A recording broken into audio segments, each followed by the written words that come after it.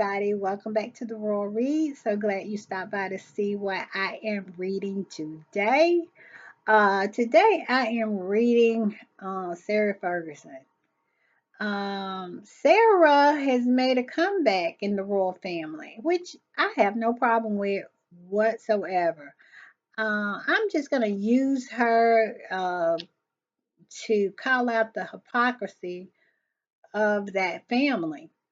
Okay, she is doing the rounds here.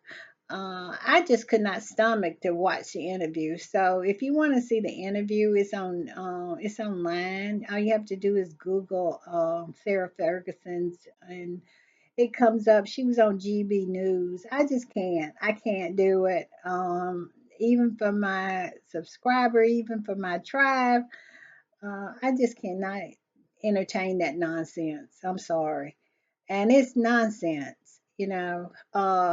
But she, is what's coming out of it is she's giving an update on the royal family's health. Um, it's so funny to me that you hear crickets when she does nothing but grift off of her title.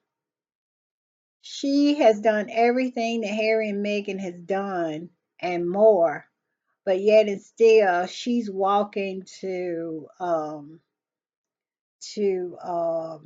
church on Sunday with Charles and Camilla and Anne and on and on and on. And same with Andrew.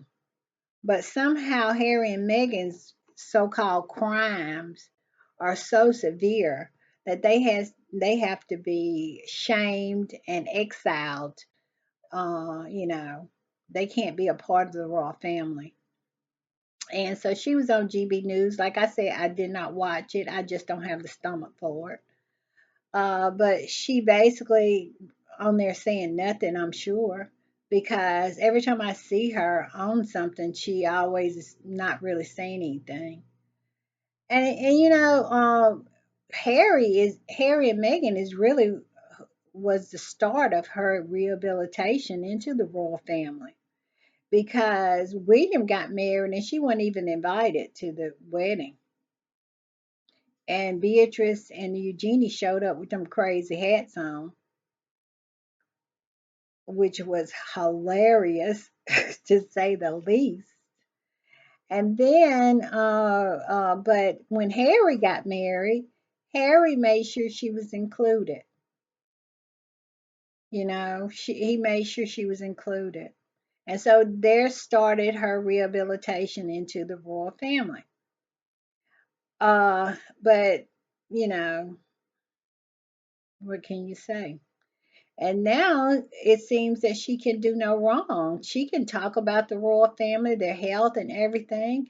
She doesn't get smeared and, drugged for it. Um, she it's like I said, it's my understanding that she basically, you know how they give non-answers. Everybody's doing fine. Let's see what she said. This is off of GB News, and everybody know how I feel about GB News. I feel like it shouldn't even have the word news in the title. It says Sarah Ferguson has given her take on the own. Oh, wait a minute, that's something different. Uh, she said Sarah Ferguson give rare insight into the crunch talk between Andrew and the King and Royal Miss the Royal Lodge is feud. And I did a video on this, and I think it's a bunch of crap, a bunch of hooey. I believe this is something they throwing out there so because the beast has to be fed and they are just feeding the beast with this. I do not believe I would be totally and absolutely gobsmacked if Andrew moves out of the Royal Lodge. If her and Andrew moved out of this 30, they always say this 30-room mansion. Um, if And it's my understanding that the queen gave it to him. Why are everybody so cool with doing stuff that the queen clearly, didn't want to happen? Her wishes. Why are they so easily dismissing her wishes? And everybody being cool with that since Charles is now the king. Where's all the respect and the um how they revered the queen? Oh, the queen, she never put a foot wrong, and but they are so willing to use her to try to hit Harry and Meghan over the head with this and that about the queen, but yet and still they do not want to honor her wishes prior to her dying and after her death, because the queen clearly wanted Andrew to have this royal lodge thing. But now Charles is supposedly threatening to take it away. Like I said, I'd be gobsmacked if they did. I just think this is feeding the beast. They got to have something to write about. They have to have some kind of controversial thing to gnaw on, pray say. And Harry and Meghan is quiet as church mouses, and so they really don't have that unless they make it up.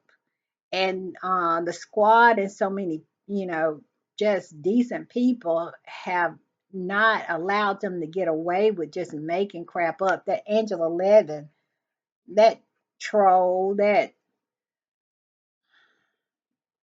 person. I'm gonna be nice. I'm gonna try to be nice. That person, she continues to make stuff up. And she's on GB News all the time, making stuff up, just absolutely taking her hand, reaching up her butt, and pulling out some crap, and then calling it news about Harry and Meghan. That's what Angela Levin does. Okay, so it's just all about feeding the beast here. So let's read on. It says Sarah Ferguson has given her take on the ongoing feud between Prince Andrew and King Charles over Royal Lodge. The Duchess of York currently lives in the sprawling $30 million property, but Charles reportedly wants his brother to downsize and move into a much smaller Frogmore cottage. Okay, which requires less expense and upkeep. In Prince Andrew's 75-year lease agreement, the Queen gave him a 75-year lease agreement. Why are they going against her wishes? I don't like Andrew. Andrew is allegedly a pedo. So I don't like him, but I am consistent in what I say. I am consistent. If that was the Queen's wishes, let him have it. Let him have it. Okay. It says 75-year lease agreement with the Crown states. It states that he must repair, renew, uphold, clean, and keep in repair, and where necessary, rebuild the home. And I'm sure the Queen left Andrew some coins. Come on now. This woman was worth $1 billion. She died, and her and Prince Philip's um, will is sealed for 100 years. My children's children won't know, and they're not even gonna be interested in what the will was of the Queen and Philip, Prince Philip. So that was the goal. But if you think that the queen did not leave her favorite son some money, if you think that Andrew is broke, I got a bridge in New York to sell you. My dog is a talking dog. Okay. Um, I'm 15. You'll believe anything, so I'm telling you anything. The queen left him some money, so he had some money for the upkeep of this house. And they said that Charles spends $4 million a year for his security and upkeep of the house and whatnot. I don't believe that. I believe the queen set Andrew up to be just fine. It was all taken care of. And if he's paying $4 million a year, it's because he agreed to pay $4 million a year, £4 million a year with the queen. That was an agreement between the two of them. I don't think he's doing it out of the kindness of his heart. Charles is a selfish, self-centered, petty, emotionally immature man. And so if you think he's doing that out of the kindness of his heart, I don't know what to tell you. You know what? Isn't that what Harry said? I can't help you. Harry said, if that's what you believe, I can't help you. I can't help you. So that's the way I'm saying. I can't help you. If you believe that, I can't help you. Okay. However, work. Okay. Let me go on and say now Ferguson, who lives in the property with her ex-husband, has weighed in on the row where while speaking on Good Morning Britain. I mean, I don't know why she be going on there because they always gonna ask her all kinds of questions. It just don't even make sense to me. Stay at home. When asked by the co-host Martin Lewis what was transpiring regarding the cottage, she said, He said, "It's not a Debbie Downer. It's life in the fast lane." What does that mean? She added, "I'm a guest for a start. I'm a very lucky guest and a very comfortable guest. Thank you very much." So basically, she's saying that she's a guest at Royal Lodge, so she ain't gonna talk about nothing. The Duchess said that she would not interject herself in the feud, it's not even a feud, referring to Charles and Andrew to sort it out between the two of them.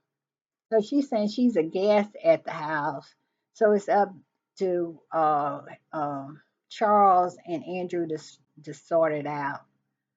I an answer a non-answer answer. Okay, which is what I expected. You know, it's ridiculous, and it's all made up. It's all made up. She said, "I tend not to get involved in brothers' discussions, and I think that's best, most safe place for it to be. It's to let the brothers discuss between themselves."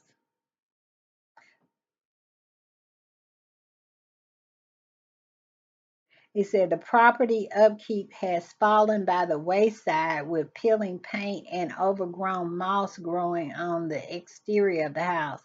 As part of the 75-year lease, the Duke agreed to maintain a vast property. However, in these terms are broken. Is it if these terms are broken, he could be evicted. I don't believe. Like I said, I think the Queen set him up. Uh, Andrew has money. She coughed up that $12 million for that uh SA suit. Sure did. From that defrayed woman. Sure did. She coughed that up. So she left Andrew. Okay. It's no way I believe that she did not leave Andrew okay. But it's just so funny to me that Sarah Ferguson, she also went on to talk about the health of Kate and the king, and also her cancer diagnosis and stuff like that. Uh, you know, cancer is serious. Even if you have skin cancer, people die of skin cancers. And I know she has skin cancer, and she had breast cancer, which is really, really serious. And so I'm not diminishing her experience, but come on now. She didn't really say, I'm sure she didn't really say anything. Because if she stepped one little foot out of out of line, she knows she won't be walking to church on Easter or walking to church on Christmas. But it's just so funny to me. She can, um, her answer can be a non-answer, but and nobody says anything. And Harry, after he went to see the king, uh, Charles, when he had the cancer, when he announced that he had cancer, and Harry just went right on over there the next day.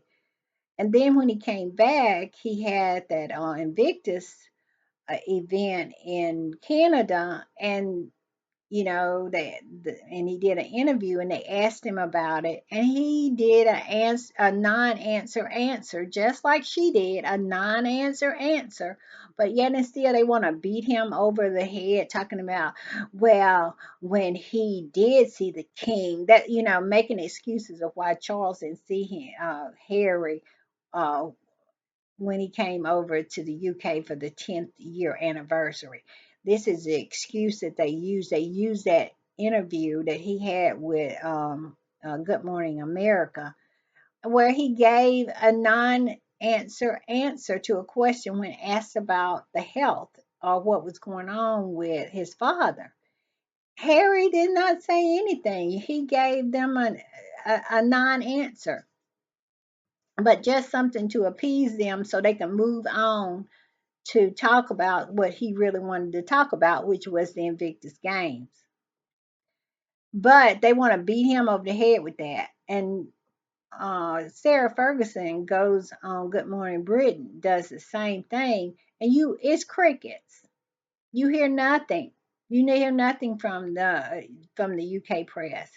This is the hypocrisy that makes me want to puke. It makes me ill. Megan says nothing. Megan has said nothing about that family since Oprah. And they constantly trying to put words in her mouth. Angela Levin constantly tries to put words in her mouth like she's speaking. But if Megan opened her mouth to say anything, anything, if she that's I think that's why Megan hadn't gave an interview, because in America, you can't take anything off the table. If you're gonna give an interview, you have to give a full-throated interview, meaning that they can ask you anything. That's why when Harry was on Good Morning America, he didn't say that you can't ask me about my dad, because they wouldn't have did the interview. But Harry gave them a non-answer answer. And even as Megan went on and she's gonna have a podcast, and she's gonna do her TV show on Netflix, the cooking show, and she's gonna, start putting products on her website, America Riviera Orchard, and she might do some interviews. I hope she does. And just as soon as she gives a non-answer answer about anything that has to do with that family, the headlines, the bashing, the smearing, the just reading all kinds of stuff into it, it's going to be crazy.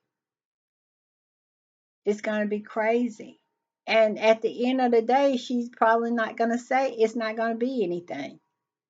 It's going to be a non-answer answer to a question that she cannot control, what the interviewer asked her, but she controlled what her response was going to be. But anytime anything like that, they lose their shit over there. They absolutely lose their shit when Megan says nothing. When she says nothing. And it drives me crazy. It drives me crazy. The double standard it is for Megan and Harry. Megan and Harry has to be perfect in everything that they do. And when they are perfect, they find error in their perfection. They're gonna find some kind of error in perfection. And now they might have to turn themselves inside out. The British media might have to turn themselves inside out, but they will find any little thing. Look at the Nigerian trip. It was perfect. I enjoyed see all the pictures and everything that came out of it. And what did they do? They found error in perfection. They did. But yet and still, William and Kate go over there and get on a Range Rover acting like it's 1935. And oh, but they didn't want to do that. That was the government. Yeah, okay. Sure. Sure. We supposed to believe that. Oh, and them shaking hands, with little black kids between the chain link fence. Oh, that was somebody else's idea. And or the footballer, I forgot his name. They had to fly over to Jamaica in order to get a crowd. That's why the little kids had shown up because I think his name is Stanford or something like that. He's a famous footballer. We call it soccer over here, but famous footballer in the UK.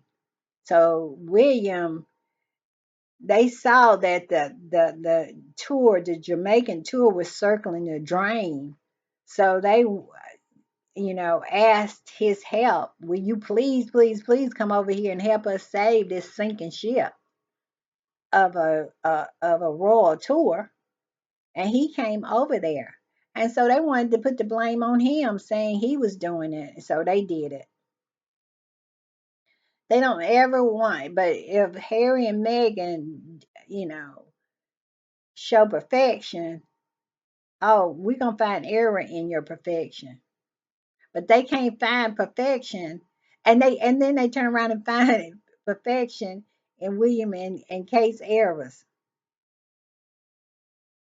It is, that is why I created this channel.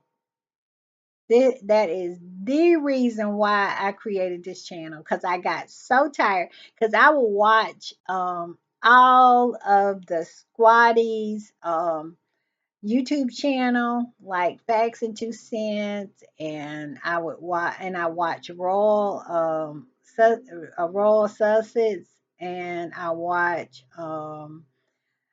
what's her name? And I watched the what is it? Sussex Family Channel, Sussex Family TV. I think his name of his channel is, and all of them. I watch all of them, and I am a member. I'm subscribed to all of them. But I just got so tired of just not my voice not being heard. I just could not stand it. Just yelling at the television. And something came to me saying, if you're gonna yell at the television, why not make a channel? And at least you can get on there and talk about it. So, but that's how this channel came to be. Is just continually to watch, them find error in Harry and Meghan's perfection and continue to find perfection in William and Kate's errors. You know how frustrating it is? It's as if the world is upside down.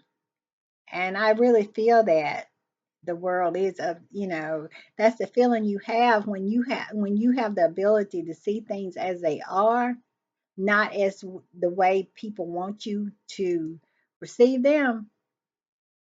you kind of feel like things are upside down because you are heaping on all this praise to convince us that this mediocre couple is so wonderful. But yet and still you're trying to do everything to convince us that this couple who really is knows how what they're doing, who is really trying to make a difference in this world, who is putting, points on the board, you know, we're supposed to believe that they're mediocre, they're irrelevant, all that kind of stuff. Yeah. Okay. Okay. But yeah, that's what I wanted to talk about today was Miss Sarah Ferguson. I don't have anything against Sarah. You know, um, she made a lot of mistakes, but then also she was treated really badly by the royal family too. So, and she did everything that Harry and Meghan did. She did an Oprah interview. She wrote a book. She tried to make it on her own by using her title, but Harry and Meghan is not using their title. Even if they Harry and Meghan is Harry and Meghan. We don't necessarily Harry and Meghan supporters. We don't care about the Duke and Duchess of Sussex. They're Harry and Meghan, and you will rarely hear me call them that on this channel. It's always going to be Harry and Meghan. I rarely call Harry Prince Harry. Because for me it's about the people that they are.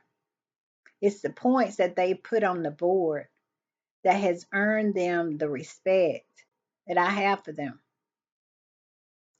And it's about the lack of points that William and Kate has put on the board that has caught and all and how they have treated Harry and Meghan, the deceit and the smear campaign and the lies that they have put out because of the fact that they're jealous and what they see Harry and Meghan have, they won't.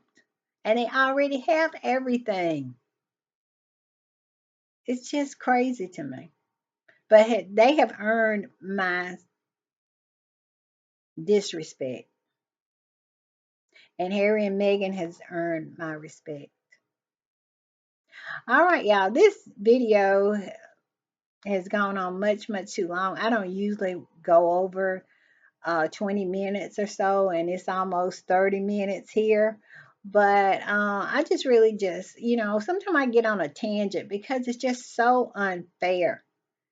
And what, what they do and the standards they hold Harry and Meghan to. They can't open their mouth about anything, but yet and still here's Sarah Ferguson, doing all this stuff, and she write books too, and everything that she does, she puts the Duchess of York on it, and she's divorced from Andrew. Harry and Meghan are married.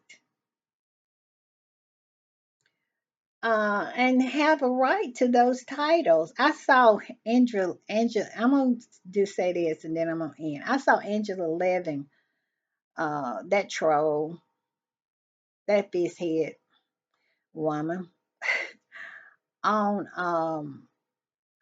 she was on GB News being interviewed and whatnot, and she was saying that it would be so hard to take the titles away from Harry and Meghan, and what people has determined that if they take the titles from Harry and Meghan, Meghan will be Princess Henry, and it'll be Prince and Princess, and they would just love that. That's what she said. So Harry and Meghan would just love to be known as Prince and Princess. So, and also they would have to do um the house. What is the place over there? Oh, Parliament. Parliament would have to take it away from them. So it would just be really, really hard. But But people have really come to the realization that that would be Prince and Princess, and nobody would want that to happen. Shut up. Shut up. That's what I want to tell her every time I see her. Shut up. And take your little pie face. I mean, she is a leech and she's basically a leech. She leeches off of Harry and Meghan's clout. When Harry said in his book Spare that he pays her rent, he meant that. He meant that because she can't open her nasty mouth without saying something about Harry and Meghan. Just like she knows them, like and she actually pulls it out of her butt. Anyway, I will see you next time. I'll be on a tangent about something else. I guess. I guess. But it just really just irks me. All right. See y'all next time. Bye.